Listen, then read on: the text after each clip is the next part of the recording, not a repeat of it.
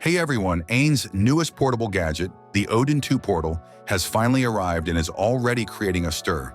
This handheld, which is the high-end variant of the Odin 2, boasts a sleek, full-glass front, an 8,000 mAh battery, and a gorgeous 7-inch OLED screen with a buttery smooth refresh rate of 120 Hz. It's evident that AYN has advanced with this release, even though my initial thoughts are more focused on its build and design than on gaming performance. The unbranded soft pouch that was given for storage was the first thing I noticed when I opened the box. It's a considerate feature for avoiding little scratches, even though it doesn't provide much protection against drops. When I first saw the all-glass front, I felt both awe and caution because it tends to attract fingerprints, but also has a high-end feel. But after using it a little, I found that it doesn't draw as many smudges as I had anticipated. Careful attention to detail is evident in the overall design. The D-pad feels great, balancing a rubbery touch with clickiness. It's bigger and more tactile than the one on the Odin 2. For a more comfortable gaming experience, the face buttons have also been increased. Unlike the Odin 2, the analog sticks feel new because they are flush with the surface instead of recessed. For improved grip, the shoulder buttons are subtly textured and amply proportioned.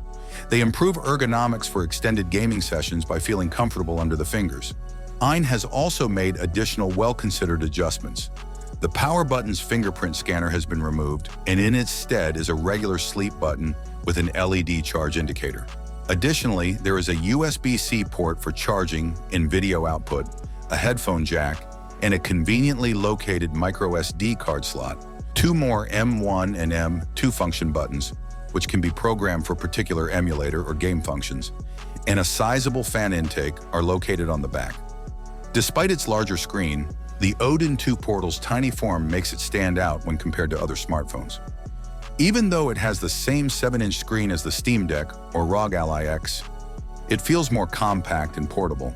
Because of its screen, the portal seems bigger than its predecessor, the Odin 2, yet it is only slightly heavier, keeping the weight distribution comparable. The Odin 2 portal's OLED display is its true standout feature. It raises the bar for portable gaming graphics with its vivid colors, deep blacks, and switchable 60 to 120 Hz. Games like God of War 2 on the Ether SX2 emulator are a visual feast because the display is noticeably brighter and more vibrant than the Odin 2's IPS screen. It seems like there has been a generational jump in display technology because of how noticeable the change is. Currently, the Odin 2 portal can only be purchased through AYN's Indiegogo campaign. The standard model costs $329, the Pro costs $399, and the Max costs $499. Prices are anticipated to increase as supply becomes more limited, and early bird discounts have already gone out. Because of the tremendous demand, delivery timelines are now expected to take several months. In conclusion, the Odin 2 portal's remarkable OLED screen, elegant design, and well-considered enhancements make it feel like a high-end handheld in every way. Your priorities will determine whether or not it's worth the extra money over the Odin 2, but one thing is certain, AYN has produced yet another outstanding handheld gaming gadget. Thanks for watching. Don't forget to hit the like button. Have a nice day and God bless you.